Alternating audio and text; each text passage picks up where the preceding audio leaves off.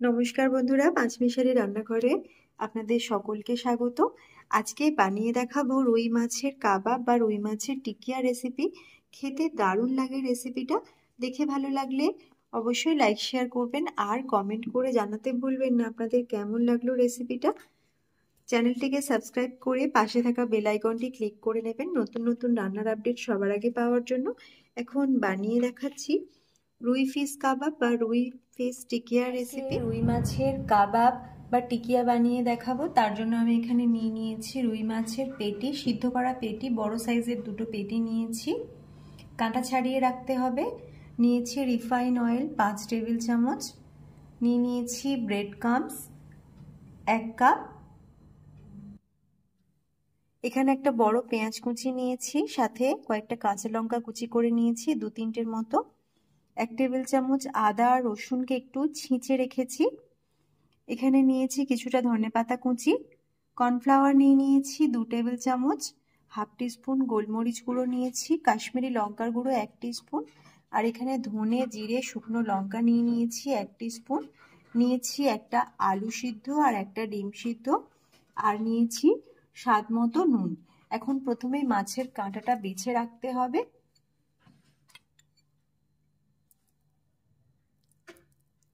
এইভাবে পেটি মাছ কাঁটা বাছতে সুবিধা হবে অনেক।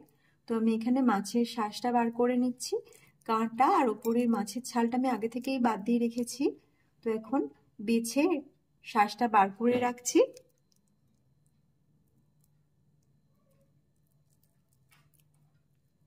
এখন মাছটাকে এভাবে বেছে শ্বাস বার করে নিয়েছি, আর এখানে ছালটা আগে থেকেই বাদ দিয়ে রেখেছিলাম, আর কাঁটাগুলো বেরিয়ে বার করে নিয়েছি, বেছে নিয়েছি। এবার এখন আমি সিদ্ধ ডিম আর সিদ্ধ আলুটা এইভাবে গ্রেট করে নেব। পুরো ডিমটা আর আলুটাকে গ্রেট করে তারপর মেখে নিতে হবে। তো এখন এটা আমি করে নিচ্ছি।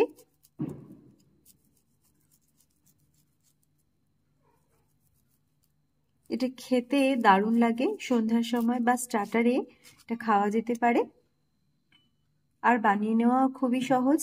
এখন ডিমটা দিয়ে দেওয়ার পর এবারে আলুটা গ্রেট করে দিয়ে দিচ্ছি।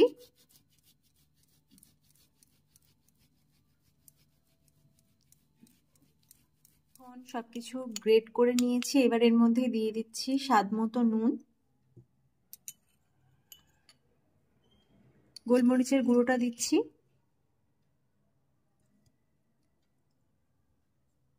দিচ্ছি কাশ্মীরি লঙ্কার গুঁড়ো, একটু করে রেখেও দিচ্ছি আর একটু করে মিশিয়ে নিচ্ছি। সাথে দিয়ে দিচ্ছি ধনেপাতা কুচি,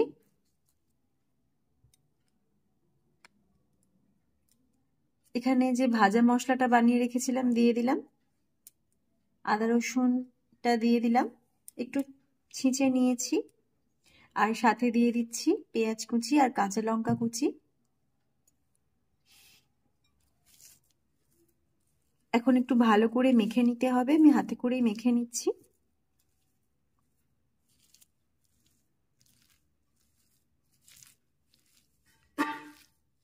খুব ভালো করে এটা মিশিয়ে নিয়েছি। এবার এর মধ্যে দিতে হবে একটু তেল আর একটু ব্রেড ক্রাম্বস দিয়ে দিচ্ছি। 1 চামচ মতো ব্রেড ক্রাম্বস দিয়ে নিলাম, আর তেলটাও দিলাম 1 চামচ মতো। এখন আরো একবার একটু ভালো করে মেখে নিতে হবে। ব্রেড ক্রাম্বসটা দিলে এটা একটু আঁটো আঁটো হবে। এখন এবার আমি এটা রেডি হয়ে গেছে, একটা প্লেটের মধ্যে ব্রেড ক্রাম্বসটা ঢেলে নেব। ব্রেড ক্রাম্বসের মধ্যে একটু লঙ্কা গুঁড়ো আর গোলমরিচ গুঁড়ো মিশিয়ে নিতে হবে, আলাদা করে রেখেছিলাম আমি। আর সাথে দিয়ে দিচ্ছি একটু অল্প পরিমাণে নুন। এখন ব্রেড ক্রাম্বসের মধ্যে এটা মিশিয়ে নিচ্ছি।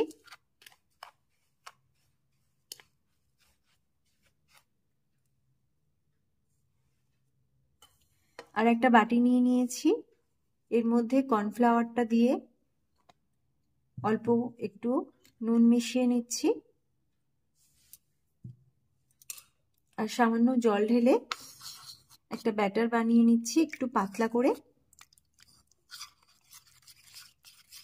এবার টিকিয়াগুলো বানিয়ে নিতে হবে, একটু তেল হাত করে বানালে সুবিধা হবে, তাই হাতের মধ্যে একটু তেল মেখে নিলাম। এখন একটা একটা করে টিকিয়াগুলো বানিয়ে নিচ্ছি। গরম গরম খেতে দারুণ লাগে। তো এখন একটা টিকিয়া আমি বানিয়ে দেখাচ্ছি। রুই মাছের এই কাবাব খেতে দারুণ লাগে।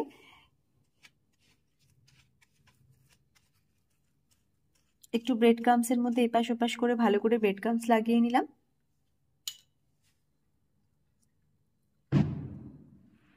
এবার কর্নফ্লাওয়ারের ব্যাটারটা যে বানিয়ে রেখেছি সেটার মধ্যে ডুবিয়ে নিলাম, দিয়ে আরও একবার ভালো করে ব্রেড ক্রাম্বস লাগিয়ে নিচ্ছি।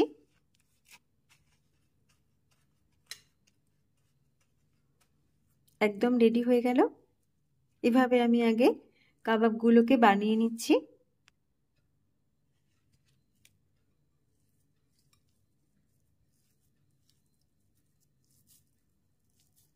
এখন এখানে ফিশ কাবাবগুলো বানিয়ে নিয়েছি। এবার এগুলোকে ভালো করে তেলের মধ্যে ফ্রাই করে নিতে হবে। এখন দিয়ে দিচ্ছি তেল। তেলটাকে একটু ভালো করে গরম করে নিতে হবে। গরম হয়ে গেছে, এবার ফ্লেমটা কমিয়ে আমি এখানে কাবাবগুলো ভেজে নেব। ফ্লেম কমিয়ে আমি এখানে কাবাবগুলো দিয়ে দিচ্ছি। এখন ভালো করে ফ্রাই করে নিয়েছি এপাশ ওপাশ করে, এবার তুলে নিতে হবে।